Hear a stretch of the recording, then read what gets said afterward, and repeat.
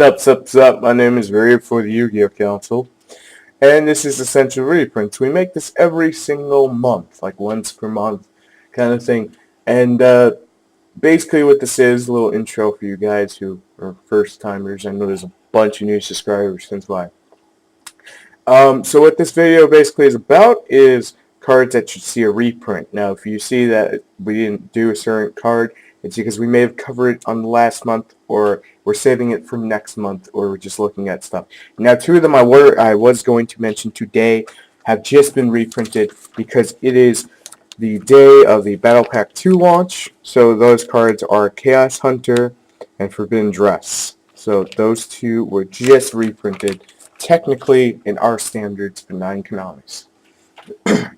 With that said, let's get into the video. Shooting Quasar Dragon is going to be the first one I'm going to mention. It's a jump card. It was limited edition. It was super hard to get, and people still buy it for like $35. This card is essential when it comes to building Quasar decks. There's also another card on here that goes really nicely with it. We're just going to jump right into it. It's tuning. Why tuning? It's because, hello, add one Synchron from the deck, and then no one. You get a quick draw Synchron from your deck to your hand. It gives you access to Road Warrior, which gives you instant access, as long as you got the right cards, into Quasar Dragon. Pretty simple, pretty easy to understand that. Hence why it needs a reprint. Now, some of you may not agree with this. Now, I was actually looking for a copy for my band collection, like people like myself. That's the reason why I'm mentioning this. I'm not saying it's going to come off the list. Hell no. This guy, Cyberstein, only had 2 prints. I was looking for another one, you know, just to have it for the hell of it. Just so you can see here, I'm looking for the these sets. There we go. Dark Beginning 2. There's either Show and Jump or Dark Beginning 2. I feel like it could just use a reprint in something like a Battle Pack 3 or something. Just to throw it in and say, hey, look, what's here? He's ridiculous, but we threw him in anyway. See, if you want him for collection, you can have him for collection. That's what we're talking about. It's not just cards that need reprint. It's cards that, hey, you know, I want to finish off my collection, my Kaiba deck, just for fun. This is going to be one of those cards that, you know, I'm just mentioning for that reason. And then Mistworm. This guy, we're starting to see Synchros making a comeback. I still say, ever since Hidden Arsenal 1, it's the only one of the 3 from Hidden Arsenal 1 that hasn't gotten a reprint. Yeah, it's only $15. But in a heartbeat, things can change, and it could be 40. That's the main point. So let's give it one reprint. Let's make it easy. Let's get it out there. So that way it's got that circulation, so the price wouldn't be so high. Simple enough, right? The reason I'm mentioning this, I'm an advocate for the fact that everything in Star Strike Blast, regardless if it's crap or not, should be reprinted at some point in time. Glow Up Bulb is definitely one of those cards, and I feel it would have a nice place in 2 sets.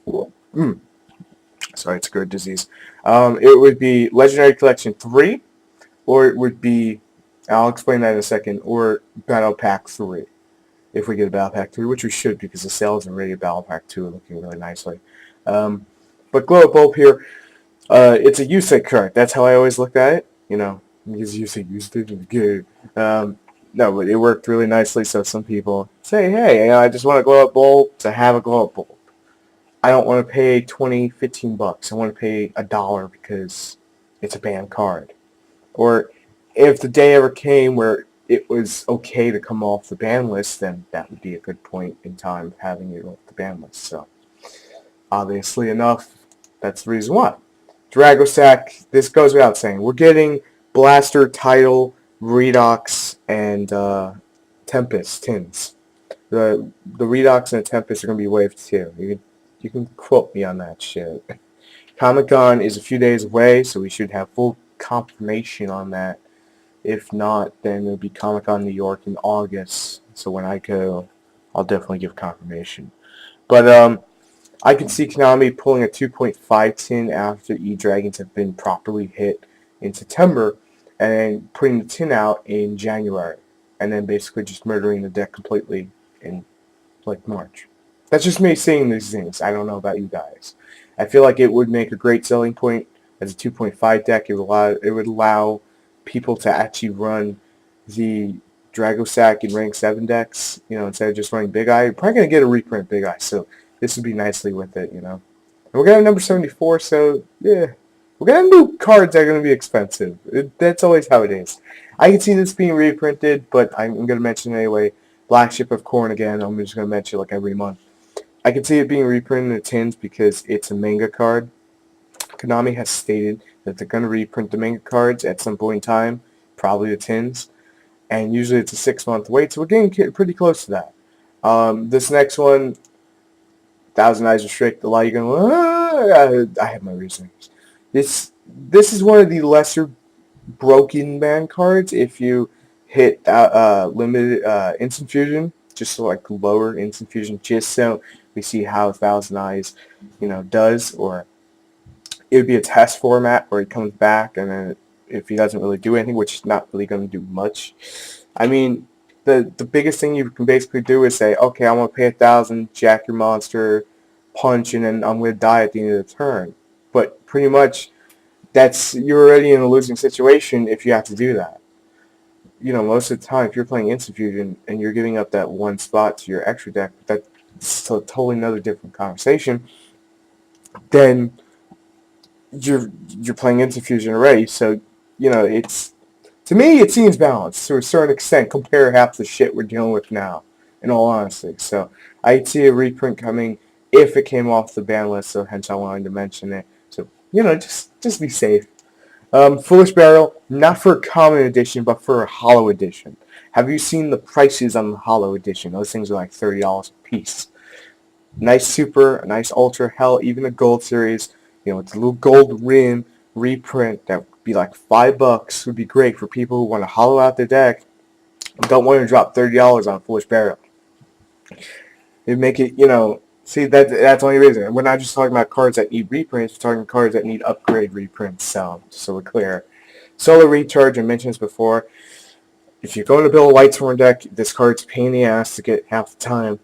It's not in circulation. There's only 2 prints. Where the hell is a common one? I've been saying it. It's about time we get a common one, even if it's thrown into a Legendary Collection 3 or 4 this year, or 5D edition, whatever the fuck it is. Just reprint this, be done, move on. Safe Zone's going to be the last one we're going to mention. It's like $30 now from what I heard. I still see 25, but still, it's ridiculous. Let's get a reprint on it in this year's Legendary Collection, or if we get a Gold Series. I said if we get, and say we would. Hell, I'll even take a reprint in freaking tin. I don't care. Just reprint it. It's almost to the level of Max C. It's getting there. Slowly, but getting there. I'm ready for the Yu-Gi-Oh! Council. If you like what you saw today, make sure to subscribe to the channel. Tomorrow we have another monthly segment called Card vs. Card. I've been hard at work on it for you guys. I hope you do enjoy it. But till then, enjoy this video. I'm ready for the Yu-Gi-Oh! Council, and I'll see you tomorrow. Peace.